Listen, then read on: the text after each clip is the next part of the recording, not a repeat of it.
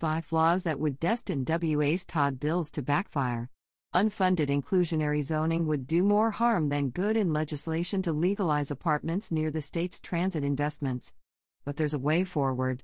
To dig out of the state's deep shortage of homes and control the crisis of high prices and rents, Washington legislators have passed a slew of bills in the past 2 years to boost housing production, including the re-legalization of accessory dwellings, middle housing, and co-living homes.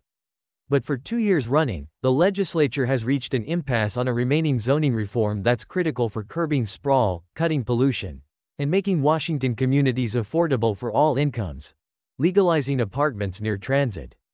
Known as transit-oriented development, or TOD, allowing lots more homes in apartment buildings where employment and transportation choices are abundant would make the most of public investments in transit and give people of all incomes more affordable options to live closer to their jobs, schools, and other neighborhood amenities. This in turn brings compounding benefits for local economies, the environment, and housing equity. TOD has the potential to yield the high quantity of new homes needed to remedy the state's massive housing shortage. It can help reverse the historic pattern of exclusion in land use that's walled off our city's middle-income and low-wage community members. It's the most effective way to create low-carbon cities and towns. And it's an essential formula for preventing sprawling development into Washington's farmland and forests.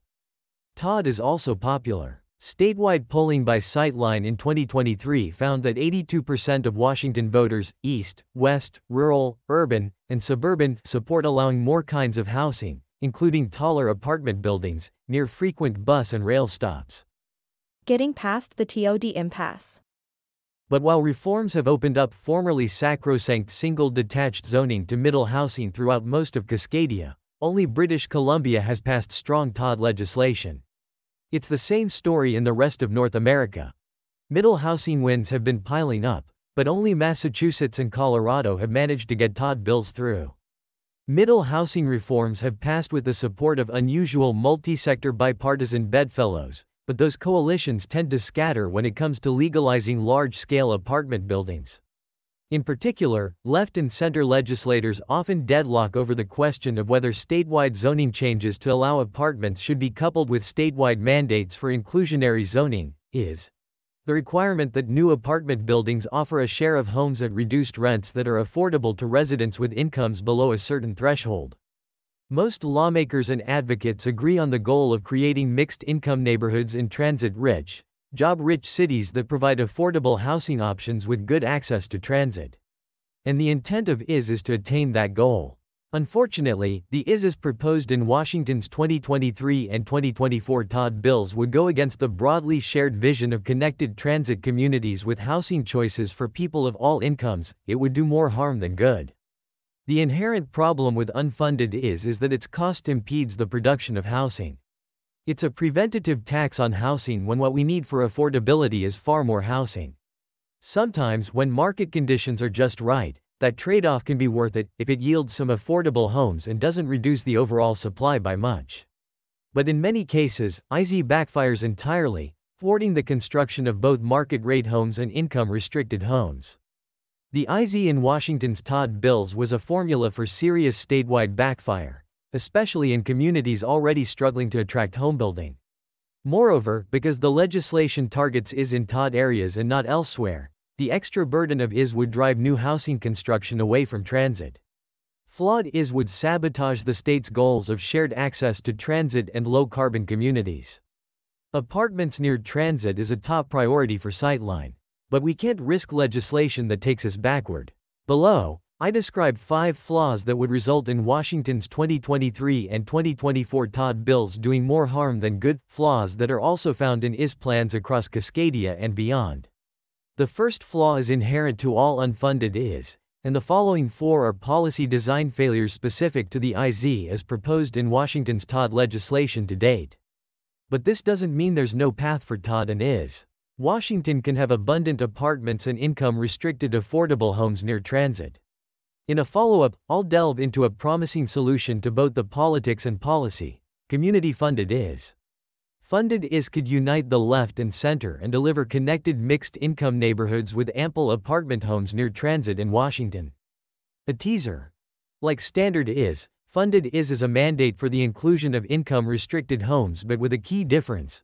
Public funds pay for the discounts to low-income renters.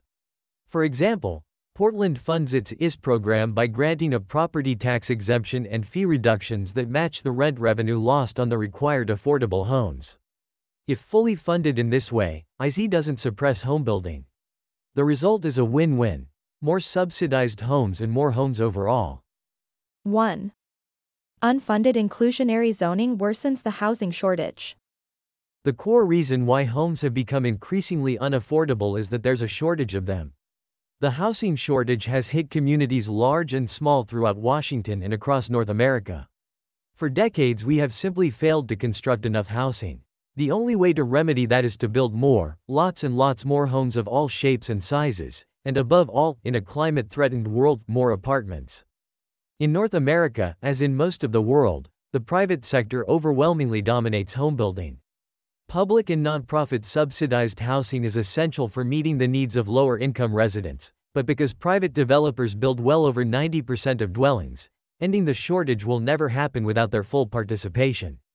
The go, no-go decision on constructing every single private dwelling boils down to whether the value of what can be built is greater than the cost to build it. Almost all builders rely on investors and banks to finance construction, and those lenders will not grant loans unless they are confident that the finished project will be valuable enough for the builder to pay them back. The determinant of an apartment building's value is how much rental income it can generate. An IZ mandate for the owner to cut the building's income by offering apartments at below market rents lowers the building's rental income and therefore reduces its value. And that loss of value makes it less likely that anyone will build it. This is the fundamental, immutable flaw of IZ. All else equal, it reduces the amount of housing built. In cities where there's demand for housing, any squeeze on supply caused by IZ will drive up average market rents until they can compensate for the rent revenue lost on the IZ units, at which point construction again becomes viable. The end effect may be higher rents rather than less housing. Unfunded IZ runs up against the unavoidable rule that the price of existing homes depends on the cost of building new homes. It's easy for policymakers to overlook unfunded IZ's inherent flaw, that it impedes construction because all else is rarely equal in the real world. Academic studies of IZ have a hard time sifting through differences in policy design, the vast complexity of cities and regions, and the numerous fluid variables involved in housing production to reach definitive conclusions.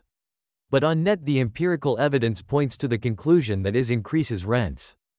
Perhaps more important, IZ's impact on homebuilding works like a dimmer, not a switch. There are usually some projects profitable enough to overcome IZ's financial burden, and those examples tend to dominate political discourse, bolstering support for IZ. But for every IZ success story of a new subsidized apartment, there are far more ghost homes, apartments not built and families not housed because IZ made builders walk away. Ribbon cuttings at new buildings create headlines, but ghosts are invisible. Researchers at UCLA recently published a study illustrating the levels of housing loss that IZ can cause. Their model estimates that in Los Angeles, IZ requiring an 11% set-aside of affordable units reduces the production of homes by 28%. For every below-market rate home gained through IZ, 4.5 market-rate homes are lost. In other words, creating one affordable home through IZ makes the housing shortage 4.5 homes worse than it would have been without IZ. Holding back the construction of market-rate homes worsens affordability for everyone, and harms those with the least, the most. If IZ exacerbates the housing shortage by impeding homebuilding, average rents and prices go up.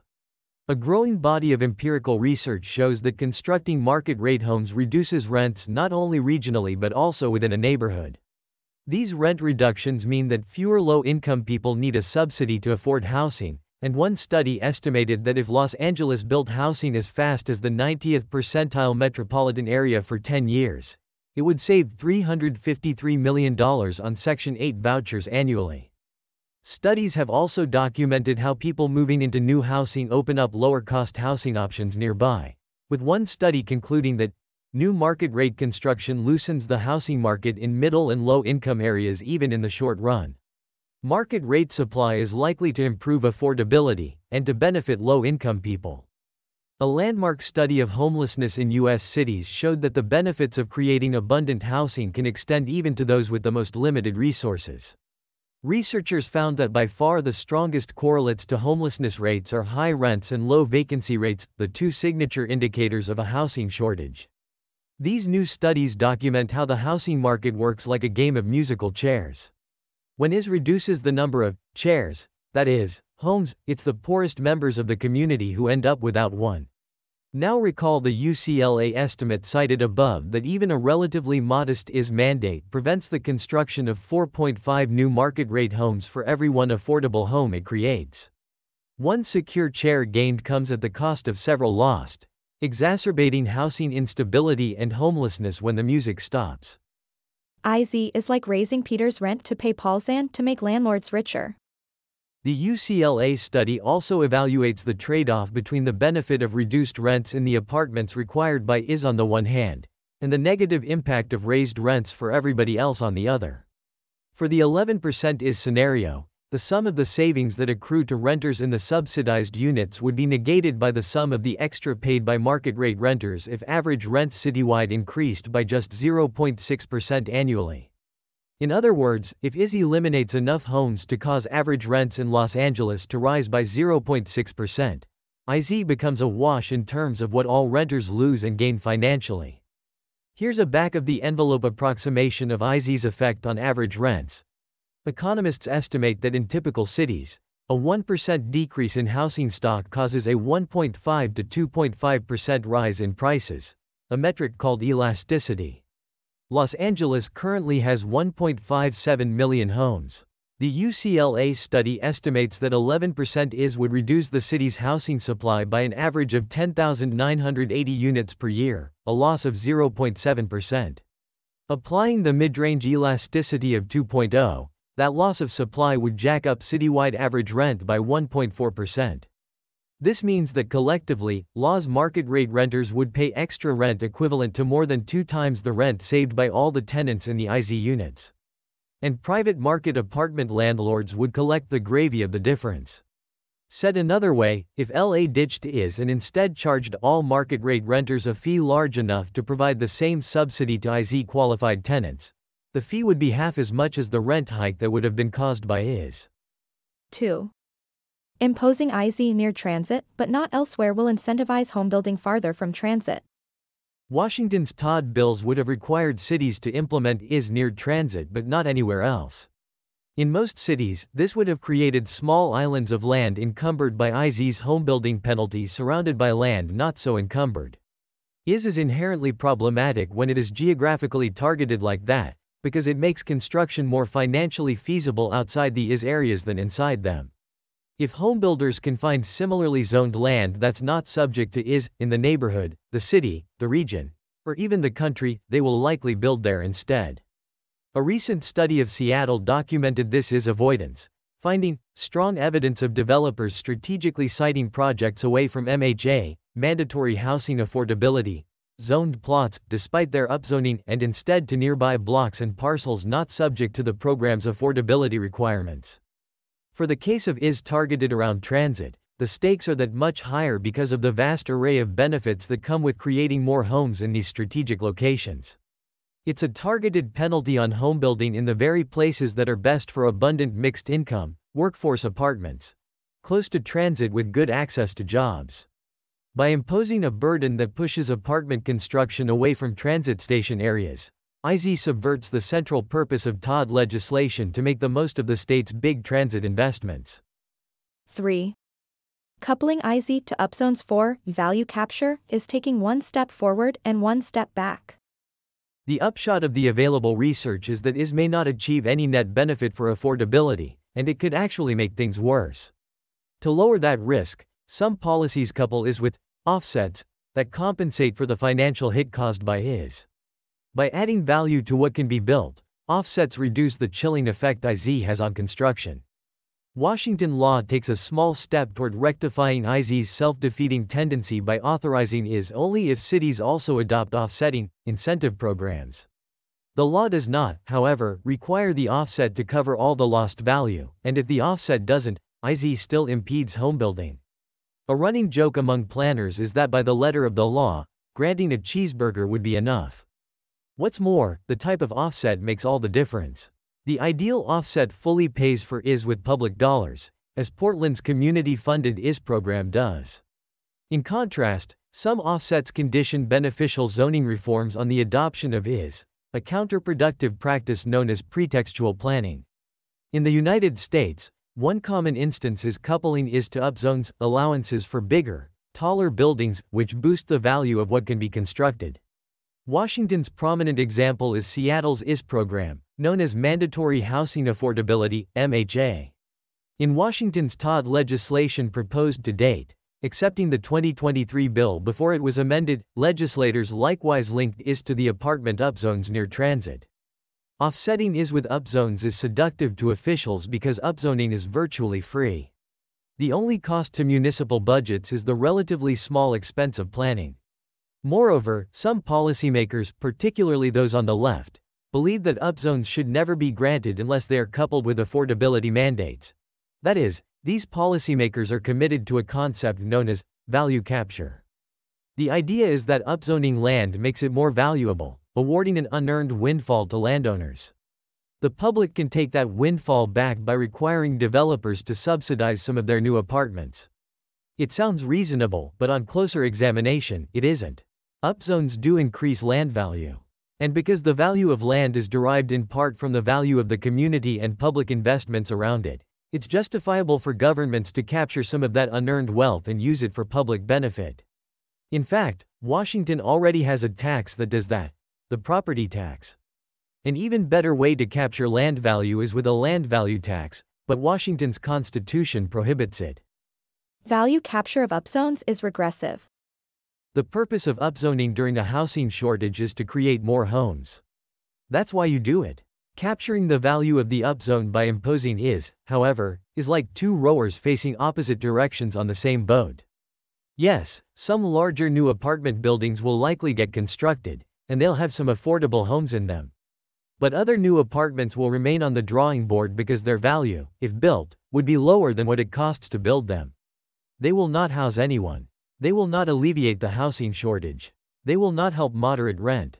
Fewer dwellings, foregone taxes, and higher prices and rents are costs that don't appear in a city or state budget. Moreover, unlike a property tax, IS is a narrow tax that applies only to the small fraction of properties in a city that get redeveloped into housing. IS is a targeted penalty on the very activity, adding homes, that would help relieve the shortage and lower prices and rents for everyone. Meanwhile, IZ captures zero value from the vast majority of owners who are not adding homes to their properties and adding to community housing supply but instead just sitting back and watching their property values appreciate thanks to the shortage. By fixating on value capture and trying to prevent potential windfalls to a tiny minority who are actually helping to relieve the shortage, policymakers instead lavish windfalls on all those fortunate enough to own a home, and also on landlords who can charge higher rents when housing remains scarce. Those who don't own their homes, tenants and first-time buyers, get slapped with the opposite of a windfall: higher rents and prices. 4. A one-size-fits-all IZ requirement selectively impedes home building in lower-income communities. Elevating IS policy to the statewide level can create more problems. A major flaw in Washington's TOD bills was the uniform IS requirement for the entire state. It set a blanket mandate that any housing development within a transit station area set aside 10% of homes as affordable to households earning up to 60% of area median income, AMI. A fundamental characteristic of IS is that the degree to which it suppresses homebuilding is highly dependent on the strength of the local real estate market, that is, the typical rents and prices in a community. And real estate markets vary enormously across Washington state, regionally and even within cities. Multiple academic studies have concluded that the weaker the market, the more downward pressure IS places on housing construction. Even staunch IS advocates such as Grounded Solutions Network acknowledge that inclusionary housing does not make sense in every community. What that means in practice is that in lower-cost Washington cities such as Everett that have been struggling to attract apartment construction, IZ would push it even further out of the realm of possibility. The unintended consequence of Washington's TOD bill would have been to disproportionately slow homebuilding in less wealthy communities throughout the state. Minimizing IZ's damage requires allowing local flexibility. The financial feasibility of housing development is highly sensitive to the expected amount of rent generated by the finished homes. Small increases in IS can easily render projects infeasible. The City of Federal Way, for example, recently reduced its IS set-aside requirement from 5% to 4% of units at 50% AMI in response to concerns that the overly onerous mandate was impeding the development of much-needed new housing. City officials realized that 4% of something is better than 5% of nothing. A standard tool for setting IS rates to maximize benefits, affordable homes, and minimize unintended consequences, suppressing homebuilding, is a feasibility study. These studies examine the effect IS is likely to have on development in a unique local market. They aim to at least minimize the damage by avoiding requirements that kill off homebuilding entirely. Because 10% of zero is zero.